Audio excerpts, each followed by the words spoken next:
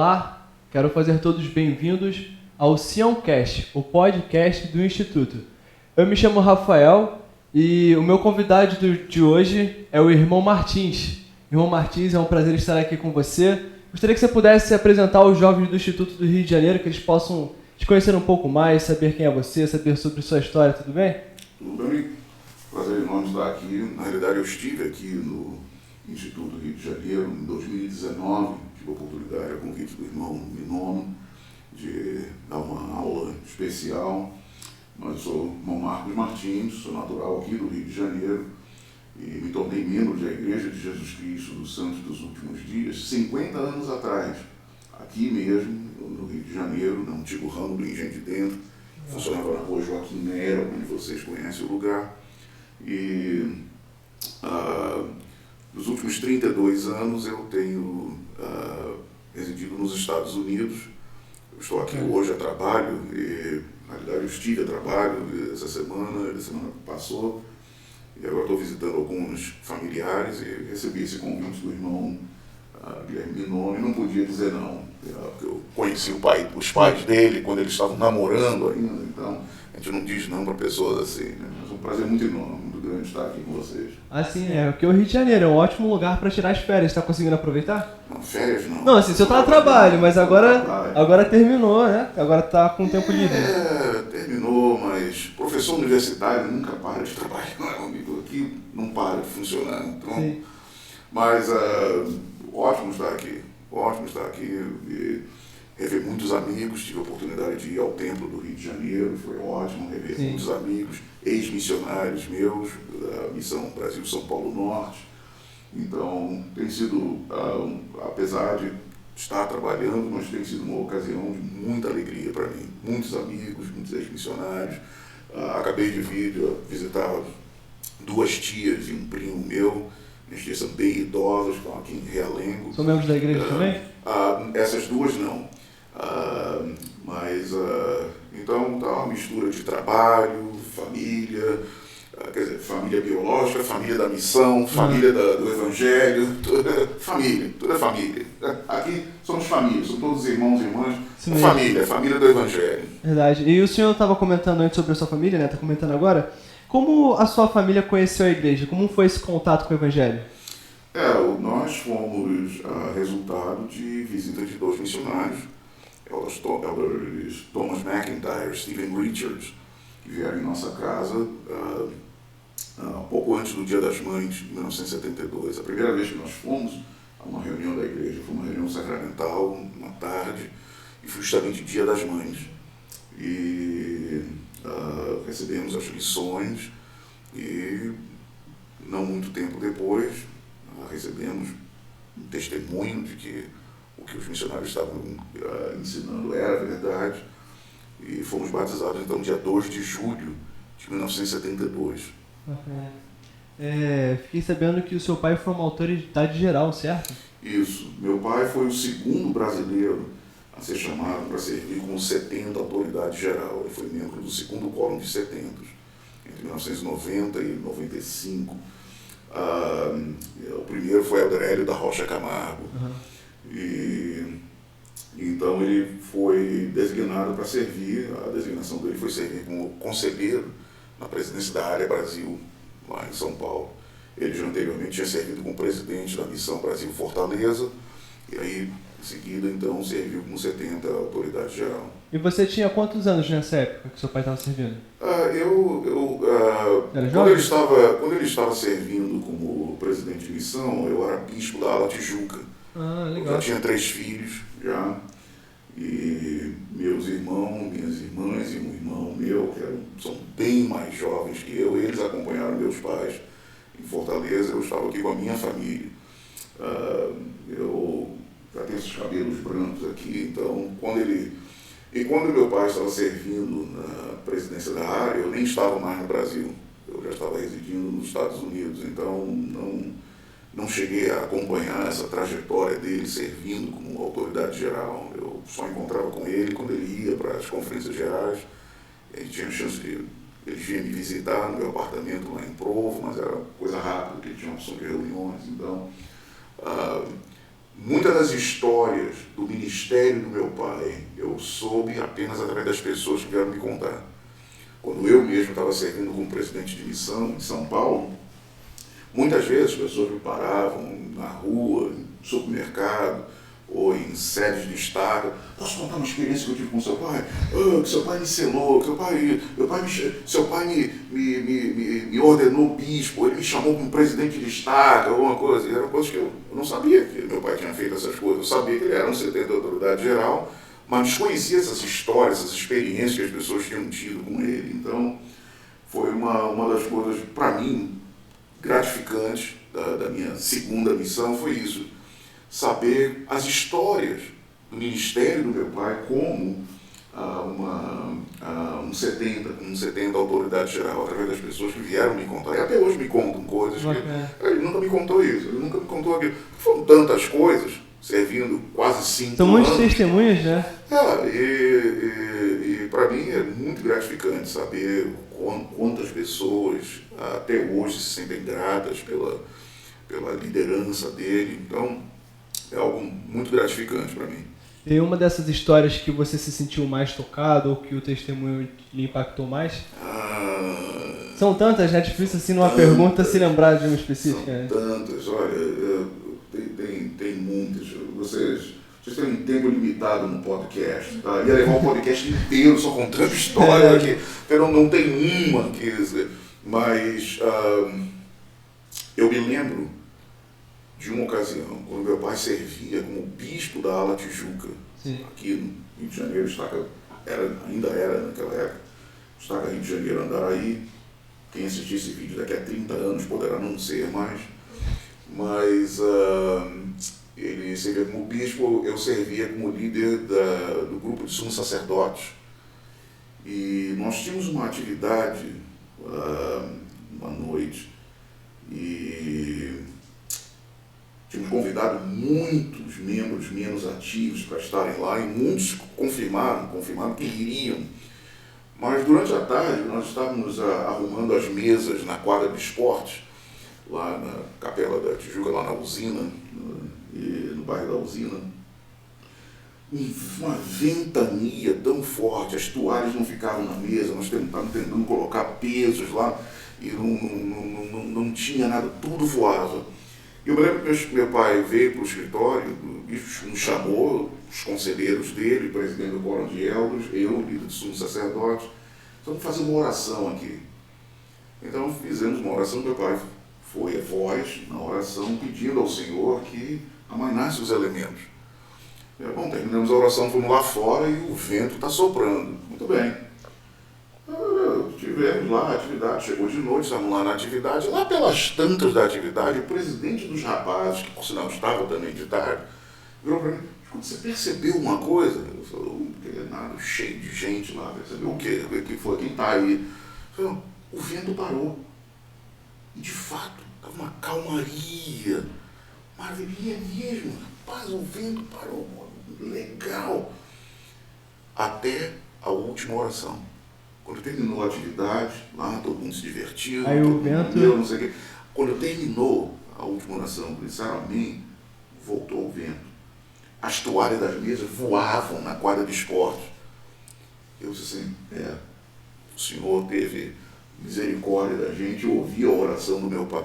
Isso é uma daquelas coisas, isso deve ter sido em 1983, 84, por aí, eu não me recordo exatamente, mas é por aí, provavelmente. Nesse período, talvez de 1984. E isso quando ele servia como bispo, nem como autoridade geral, presidente de missão, isso.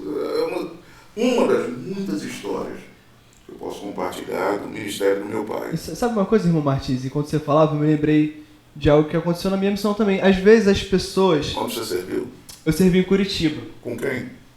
O meu presidente foi o presidente Duarte, e o presidente Hart foi o primeiro presidente de missão, mas a maior parte do tempo foi o presidente Duarte. Ele é do Rio de Janeiro também. Talvez eu tenha conhecido o pai deles, né? Eu conheci o pai dele.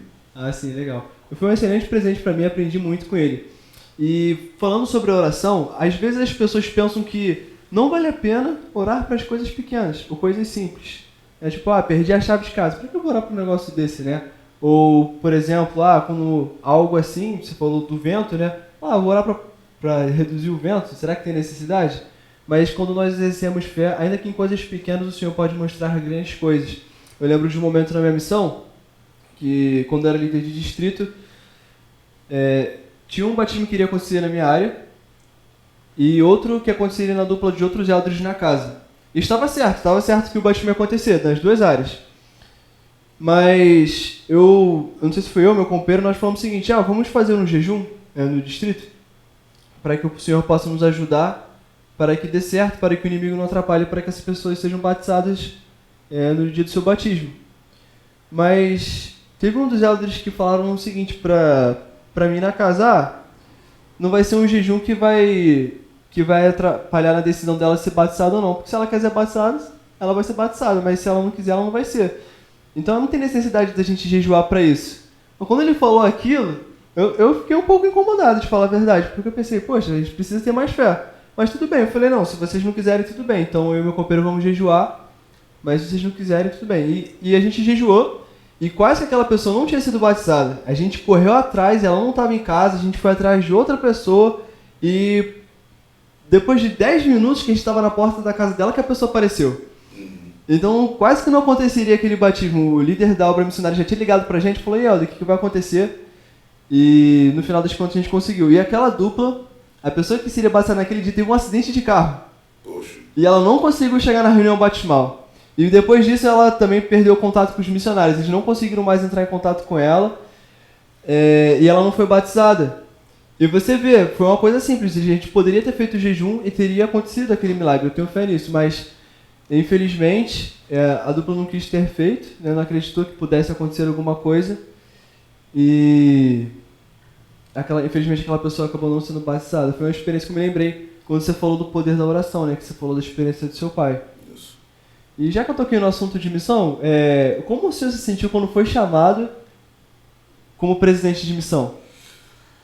Olha, é uma coisa que você não espera que vai acontecer com você. Porque, inclusive, foi uma coisa que o que me espantou mais foi a quantidade de pessoas que me perguntaram como é que eu tinha me candidatado para ser presidente de missão. Eu disse, escuta aí, ninguém se candidata para ser bispo, ninguém se candidata para presidente de destaque, não se candidata para ser presidente de missão. Isso foi uma das coisas que eu me lembro bem. Mas era um misto de sentimentos. Em primeiro lugar, a gente se sentiu humilde pela grande honra, mas ao mesmo tempo uma certa preocupação.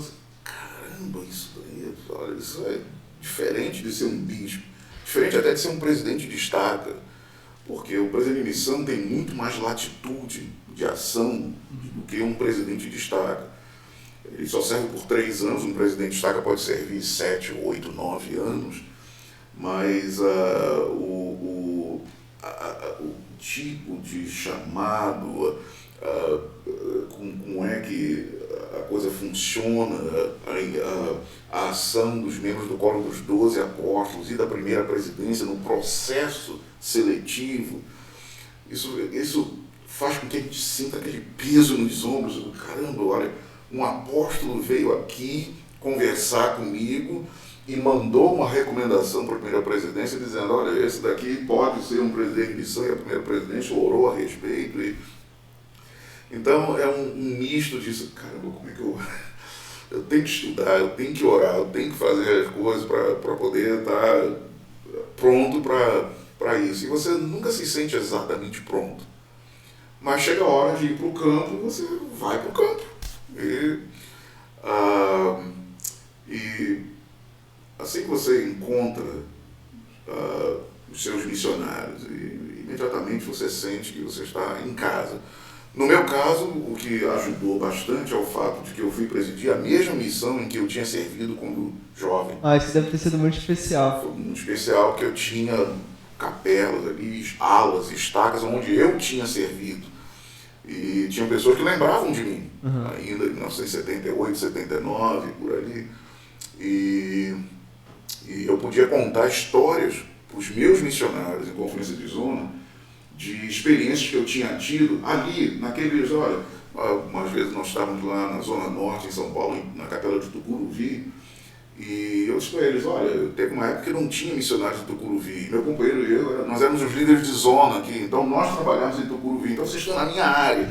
E eu contava para eles coisas, olha, nós aqui, olha, na avenida aqui, Avenida Nova Cantareira, nós fomos lá, tivemos uma lição lá uma vez, com uma senhora lá, que aconteceu isso, assim, eu contava história. Então foi uma coisa muito, muito especial para mim, o fato de estar de volta na minha missão.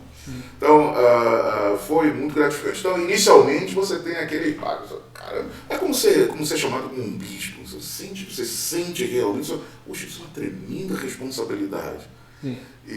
Mas, ao mesmo tempo, você confia que o Senhor, olha, o presidente Monson, Thomas S. Monson, um dos nossos profetas anteriores, falou, quem o Senhor chama, o Senhor qualifica. Então você com essa confiança, né, nessa promessa, você fala, o Senhor vai me qualificar. Então deixa eu estudar, deixa eu fazer a minha parte, vou estudar, vou me preparar nas minhas orações e tudo, minha saúde, e vamos em frente. E não demora muito para você se sentir em casa. Não é diferente, tá? Em certos aspectos, não é diferente de você servir como um jovem missionário. Muitas vezes você pensa assim, caramba, eu vou ser missionário, como é que pode? Eu estou longe de casa, estou isso, aquilo, eu tenho que aprender um idioma e tudo. Tem certos aspectos desse chamado que são idênticos para um jovem missionário e para um novo presidente de missão. Como é que eu vou conseguir fazer isso? Com fé, confiando no Senhor. Vai conseguir sim. Faz as coisas direitinho, segue as instruções, segue as regras e confia no Senhor, que as coisas vão acontecer. Então, é uma questão de tempo, até a pessoa começou a se sentir, tô bem, tô em casa, minha missão, eu começo a gostar da missão. Isso mesmo. Sabe, o senhor já acabou de responder no final essa pergunta que eu queria fazer, é? Mas, não, tudo bem. É porque assim, muitos tem missionários que pensam, será que eu vou conseguir entregar aquilo que o senhor espera de mim? Você chegou a fazer essa pergunta quando você foi chamado? Você chegou a pensar, será que eu vou conseguir entregar o que o senhor espera de mim aqui na missão? Olha, não, eu não perguntei, porque, veja bem, a idade que eu tinha na época, eu estava com 52 anos e já tinha servido como bispo 2 vezes, tinha servido como membro do Sumo Conselho de Estacas 6 vezes. Isso é bastante tempo. Então, tinha sido secretário executivo de ala e de Estaca, tinha sido líder de sumos sacerdotes. Então, com aquela bagagem de experiência eclesiástica na igreja, bagagem de liderança, eu sabia que disse, olha, é mais um chamado. De fato, uma grande honra, uma grande responsabilidade, enorme responsabilidade, mas é mais um chamado. Se eu puder servir naqueles, vou poder servir nesse também. É só como isso, fazer as pequenas coisas. Fazer o trabalho de casa todo dia, oração, preparação pessoal, física, mental, espiritual e confiar de que o Senhor vai me dar,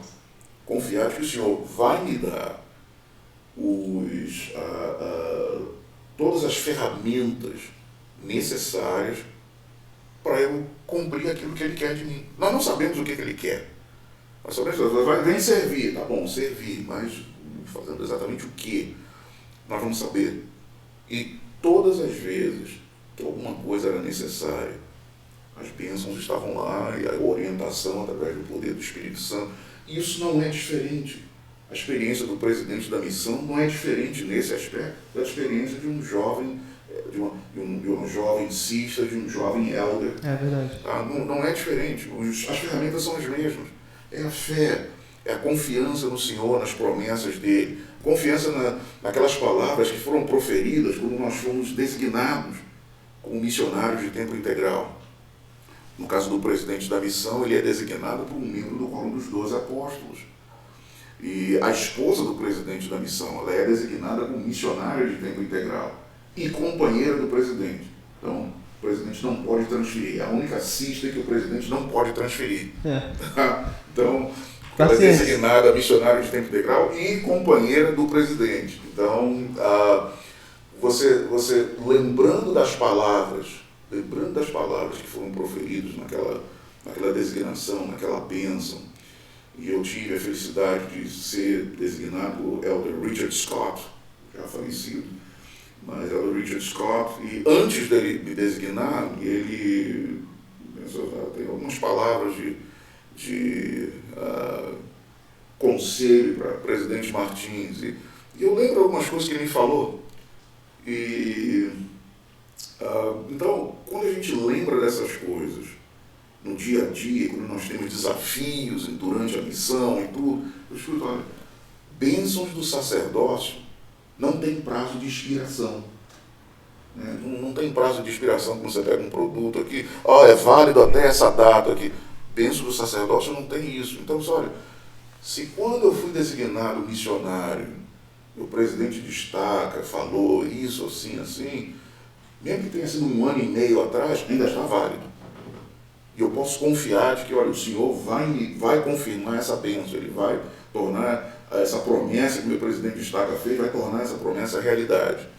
Então, o que eu diria é isso, você não sabe exatamente quais são as coisas que eu vou ter que fazer, mas você confia de que, olha, o que quer que apareça, quaisquer que sejam as minhas tarefas, quaisquer que sejam os desafios que eu tenho que enfrentar, eu sei que o Senhor vai me abençoar com os meios necessários para eu... É o quê? Estou falando em minhas próprias palavras, o que Nefe disse. Né? O Senhor nunca dá ordem sem antes preparar um caminho. Então, eu estou só falando a mesma coisa que Nefe disse. Sim. Sabe, uma coisa... Não, eu não sei, não vou me dizer. Não, tudo bem. O meu presidente de missão uma vez falou que todos nós, isso é uma coisa comum, mas todos nós temos um espinho na carne. E com certeza o senhor deve ter tido missionários na missão com dificuldades em guardar regras ou até mandamentos. Como o senhor fazia para ajudar esses missionários que tinham certos problemas? Tem algum microfone oculto aí? O negócio agora é meio... Você pode pegar um pouco aí, mas... me chama um advogado aí, caso eu precise, que for processado por alguém por calúnia e difamação aí, tá? Olha, é o seguinte, as abordagens foram diferentes em diferentes casos. Eu me lembro de uma ocasião em que tinha um missionário que estava tendo alguns desafios, e quando eu fui para a entrevista com ele, eu levava o meu notebook, isso aqui é o meu tablet, mas eu levava meu notebook, e me deu lá aquilo que eu falei, olha, o Senhor inspira a gente na hora, dá aquela impressão, faz isso, faz aquilo. E eu entrei no sistema da missão do departamento missionário, no Salt Lake, que é online, né? E abri os papéis dele da missão. Eu sei que aqui no Brasil chamam de chamado, né? Não sei por que chamam aquilo de chamado. Chamado é o que você recebe do profeta, não é você não se chama. Então, nos Estados Unidos chamam de papers, né? Os mission papers, os papéis da missão, sua candidatura. Aqui no Brasil, não, eu já mandei o chamado. Você mandou o chamado, mas quem chama é o profeta, né? Mas, enfim. Então, eu abri os papéis lá e eu li para esse missionário o que o bispo e o presidente da estaca dele tinham escrito nos papéis dele da missão. As qualidades que ele tinha e tudo e tal, não sei o quê, as expectativas que eles tinham para esse irmão quando estivesse no campo missionário. E aí eu perguntei para eles simplesmente isso, escuta, esses irmãos aqui mentiram? Quando eles disseram isso a seu respeito, eles mentiram? Essas coisas que eles esperavam que você fosse fazer eram expectativas irrealizáveis, uma coisa que não era impossível isso de acontecer. E parou, pensou, não, eles falaram a verdade. E pronto. Esse foi um caso, foi logo no início da minha missão. E teve outros que foram outras situações, algumas não tão, vamos dizer assim, não tão delicadas como essa, mas, curiosamente, eu estava em Curitiba uns dias atrás e nós estávamos conversando lá de um grupo de ex-missionários com seus cônjuges, lá na maioria deles eram casados, e nós estávamos lembrando de algumas entrevistas que eles lembravam. Você chegou, falou, você fez isso. Eu falei, pois é, né? Então, diferentes maneiras, mas a questão é essa, olha, muitas vezes durante a missão, a gente acaba esquecendo que nós estamos numa missão de tempo integral, num chamado apostólico. O nosso chamado é um chamado apostólico. O Senhor disse lá em Doutrina e Convênios que era dever dos 12 apóstolos enviar os missionários. São os apóstolos que enviam os missionários. E eu lembrava isso aos meus missionários lá. Olha, não foi seu presidente de estaca que enviou você para a missão.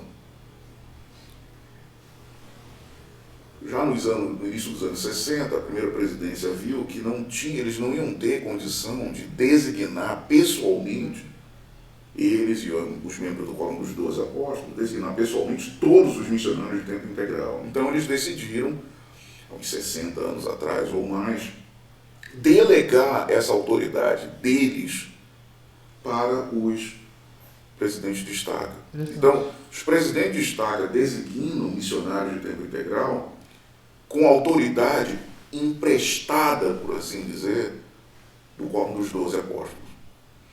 E isso é uma coisa, então, que as pessoas precisam lembrar. Olha, esse é um chamado apostólico. Eu estou aqui, tá, como representante de Jesus Cristo, que fui chamado por apóstolos do Senhor Jesus Cristo, que deram autoridade apostólica para mim entrar na casa das pessoas e anunciar Jesus Cristo e sua expiação e a doutrina de Cristo. Então, como nós temos essa visão um pouco mais aclarada, aí torna-se um pouco mais fácil. Torna-se um pouco mais fácil viver o dia a dia e os rigores de uma missão de tempo integral. Quando a gente perde de vista isso, que agora nós estamos aqui num tempo consagrado, nós somos, como o senhor falou em Doutrina e Convênios, são 42, que os missionários iriam de 2 em 2 como anjos de Deus. Isso não é fichinha, não estou aqui para fazer elogio, nem nada. Não, o Senhor usou esse linguajar. Eles vão de 2 em 2 como anjos. Aí nós entendemos, de fato, como anjos é uma coisa diferente. Por isso os missionários não namoram na missão, por isso que não vai a baile, essa coisa toda, porque eles são como anjos. É verdade. Tem muitos que queriam, né? Mas... Não, eu disse isso para eles. Olha, vocês estão querendo uma coisa que para um jovem adulto solteiro, tá, é uma coisa desejável. Só que durante esse período de 18 meses ou 24 meses, você consagrou o seu tempo integralmente para ser como um anjo de Deus. E quando volta nem em casa, né? Alguns deles quer namorar na missão, quando volta, nem namora. Isso é uma questão pessoal. Isso é uma questão pessoal. A gente gostaria que todo mundo que terminasse a missão de tempo integral, eventualmente conhecesse aí alguém e fosse conhecido por alguém. Mas, infelizmente, nem sempre acontece, por motivos mais diversos possíveis. Eu costumo dizer que, olha, nós não temos um prazo determinado na Igreja de Jesus Cristo, nos Santos dos Últimos Dias, para o casamento. Não existe um prazo. Existe um prazo mínimo, uma idade mínima. A idade mínima é, olha, depois da missão. Agora, não tem, olha, tem que casar até tantos anos. Tem uma crendice aí que diz que Brigham Young falou que quem está com 27 anos, solteiro, é uma ameaça à sociedade. Que isso? Eu nunca encontrei isso em lugar nenhum. Já li uma porção de livros, uma porção de coisa sobre Brigham Young. Nunca li. Eu falei isso pra minha mãe, isso aí. Pois pode ser que ele tenha escrito isso numa carta para um dos filhos dele. Pode até ser que... Mas é uma coisa que ele escreveu, pode ter escrito para um dos filhos dele. Eu não li. Mas o irmão Martins fala também, o Jonathan, toda vez que eu vejo ele fala, como é que pode, tu não casou ainda? Eu tô me empurrando pra casar rápido. Não, mas é porque ele vai casar agora também, né, Jonathan? Bom, é melhor eu não... Isso aí fica entre vocês aí. Não, mas é um assunto que rola no Instituto, né? O pessoal fala sobre relacionamento, é uma coisa que o pessoal não se importa muito. Você quer parar de gravação para ele ver que te dá uns tapas? Não, depois a gente resolve isso. Mas eu acho que eu tenho uma pergunta, a voz do além aqui. A voz do além. Além Paraíba. Não sei se já na sua opinião, o que mais amedronta os jovens, os solteiros após a missão, dificultando eles a encontrar uma moça ou um rapaz para se casarem? Não sei. Não sei. Eu digo pelo seguinte, olha, eu sou um sociólogo e eu dou aulas na BYU Havaí, eu dou aulas de casamento e família, mas eu não fiz pesquisa nenhuma, nunca fiz uma enquete para saber.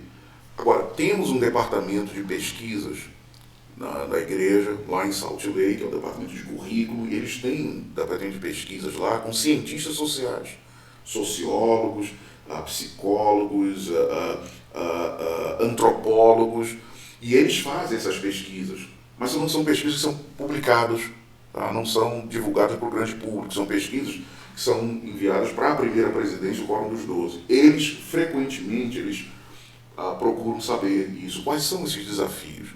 Eu não sei, porque eu fui um adulto solteiro, tá? Casou rápido? Mais de 40 anos atrás.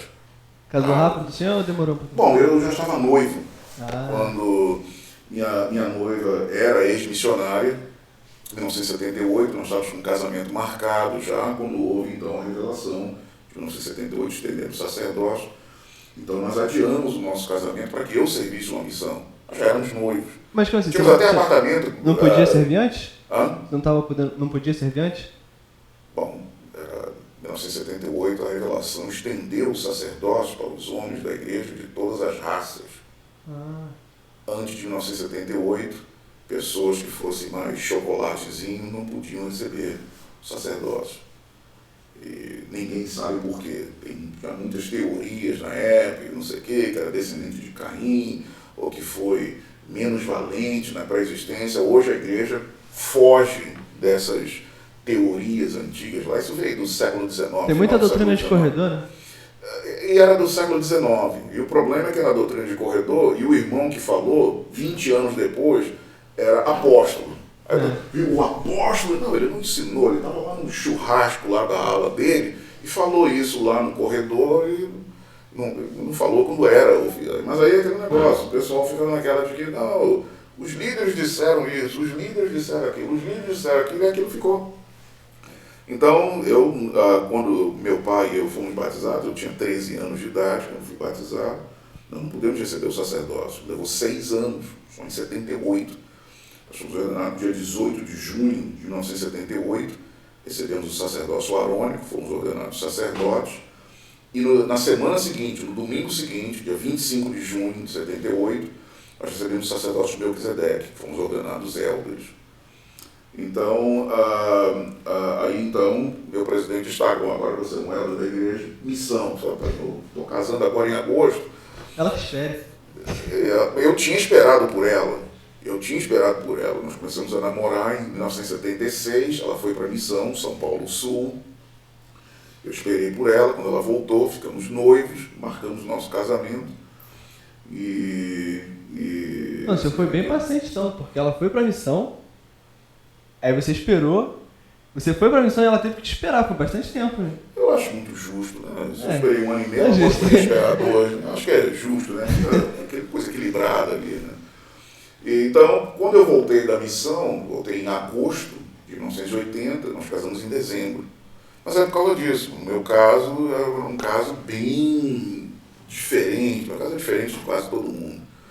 Então, nós não temos, assim, um prazo determinado. Tem gente que casa muitos anos depois de servir uma missão. O importante é que case, o da Bruce Armacon que dizia, com a pessoa certa no lugar certo. Pois é. Diga aí. 10 minutos. Ok, tudo bem. 10 minutos, legal. Então vamos lá. Isso aí era a pergunta número 2, né? O quê? Isso aí é a pergunta número 2, né? Parou na 2 aqui. Na verdade, as perguntas aqui tem as perguntas diferentes, né? 10 minutos. Tem até a pergunta aqui que fizeram se existe vida extraterrestre. Então. Vida extraterrestre? Existe. Jogaram aqui, eu nem pensei se perguntar. Claro que existe. Existe na vida extraterrestre? Existe. Está lá na Pérola do Grande Valor, não está lá Moisés, capítulo 1, na Pérola do Grande Valor? Vamos lá, cadê? Aqui, ó. Se meu iPad não pegar fogo agora. Coisa do filme de ET, né? Porque, não, olha aqui, ó. Moisés, ele... Henrique gosta de filme de alienígena, né? Viu muitas terras, tá? Moisés viu muitas terras e ele... Peraí, não viu? Vai querer me dar novidade agora? É uma pergunta do povo mais geek, né? Você tem contato com a escritura aí? Deveria fazer assistência. Traz aqui. Ok. Aí? Ah, tá bom. Legal. Obrigado. Moisés Essa Débora passando aí, ó. Então, meu iPad, eu instalei a atualização do sistema operacional, ele está fazendo uma opção de gracinhas, ele acha que é muito bonitinho. Moisés, capítulo 1, versículo 29. Moisés viu muitas terras, e cada uma se chamava terra, e havia habitantes em sua superfície. Ele viu outros mundos, e tinha gente lá. Agora, Moisés, então, lógico, como nós, curioso também, né? Perguntou.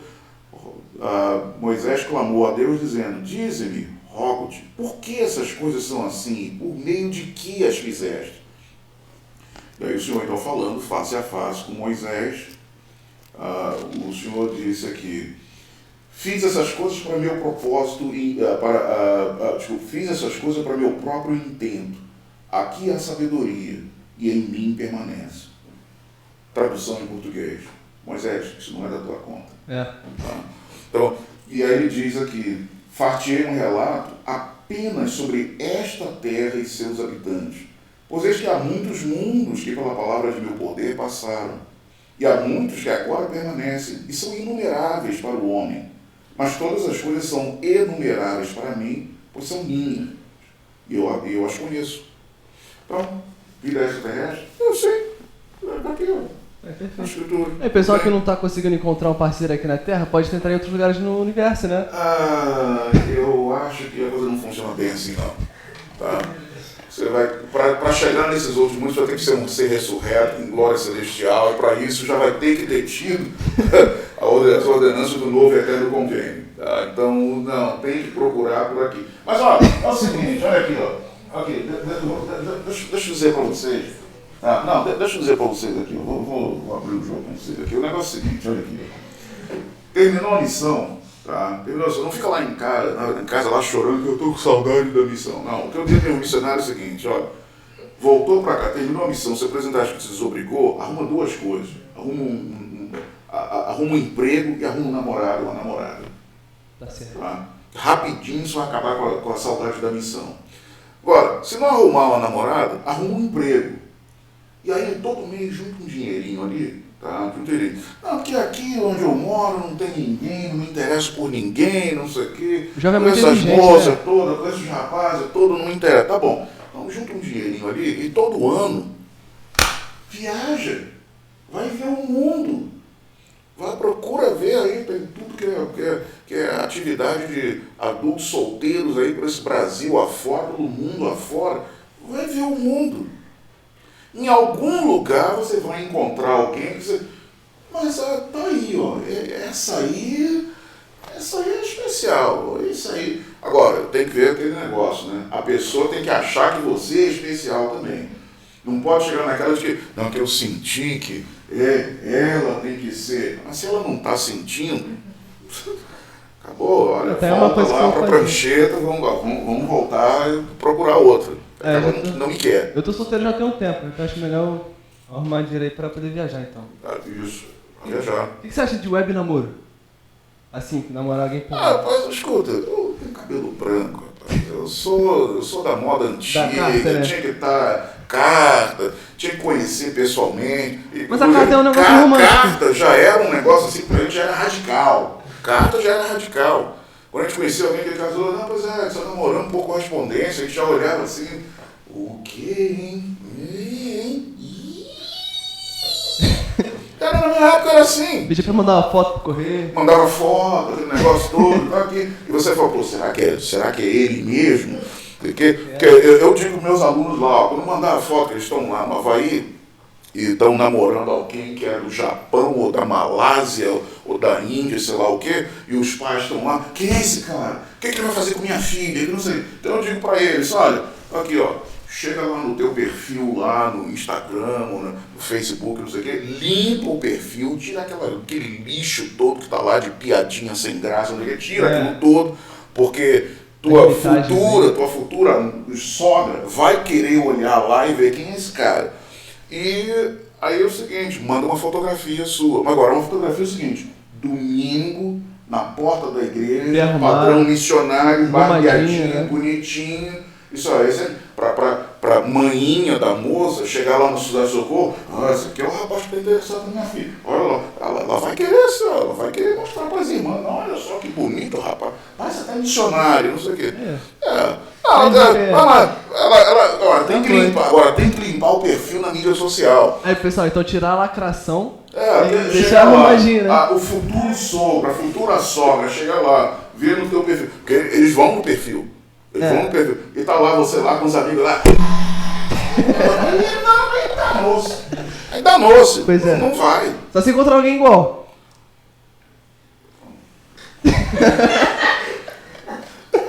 Tá. Nós estamos querendo que as pessoas entrem no templo com uma recomendação, bonitinho, entendeu? Vocês estão rindo, né? Vocês estão rindo. Homem, seu menino, se eu te contar essas histórias aqui, mas enfim. Perfeito. Mas então, o nosso tempo foi. Muito obrigado, irmão Martins. Nosso tempo foi muito obrigado. Não, nosso tempo foi muito obrigado. Nosso tempo foi muito obrigado. Mas foi muito prazeroso também. Esse povo aqui atrás da câmera, tudo rindo aí. A pessoa, isso aqui é comédia, isso aqui é um podcast. Pra saber a gente faz um stand-up. Aqui, isso é uma coisa séria aí, tá todo mundo dando gargalhada aí. Sabe o que? Tá pensando o quê? Isso aqui é programa dos Três Patetas, sessão de bom humor e gargalhadas aqui. Mais homem. Não, um negócio mais jovem, descontraído, né? Jovem descontraído. Eu tenho 63 anos de idade. Mas tão garotão ainda, né? Bom, minha mãe tem 90, ela pode me chamar de jovem ainda, tudo bem. Né? Mas olha, um prazer enorme estar aqui com vocês. Deus abençoe vocês todos aí. Olha, me permita, antes de nós terminarmos aqui, dizer para vocês, olha, vale a pena guardar os mandamentos de Deus, vale a pena se manter fiel, tá? E um membro ativo de a Igreja de Jesus Cristo dos Santos dos Últimos Dias. Essa não é mais uma igreja no mundo, mais uma religião, não. Essa igreja eu chamo a embaixada do reino dos céus aqui na terra. É o repositório terreno de verdades eternas, do conhecimento correto das ordenanças de Deus, dos convênios, o conhecimento dos convênios de Deus. E o repositório, o repositório dos sacerdócios necessários para ensinar essas verdades eternas, oficiar essas ordenanças e administrar esses convênios. Isso que é essa igreja de Jesus Cristo dos Santos dos Últimos Dias. Nós não estamos competindo com as outras igrejas, não é dizer que é melhor que as outras, não. É a religião que Deus deu para o mundo. As outras igrejas, nossos irmãos e irmãs, amigos em outras igrejas, eles estão tentando se achegar a Deus. Na igreja de Jesus Cristo dos Santos dos Últimos Dias, nós temos Deus tentando se achegar a nós. E estendendo a mão dele através das ordenanças e convênios e dizendo, olha, segura a minha mão aqui e vamos que eu vou te elevar e vou te exaltar. Essa é a religião que nós vivemos. E eu tenho um testemunho da veracidade disso. E presto esse testemunho em nome de Jesus Cristo, nosso Salvador. Amém. Amém. Irmão Martins, muito obrigado. Obrigado a vocês. Prazer e satisfação. Tá. Muito obrigado pela participação de vocês, por ter assistido ao primeiro episódio do Sião Cast. Queremos fazer vocês bem-vindos e não percam os próximos episódios. Até mais.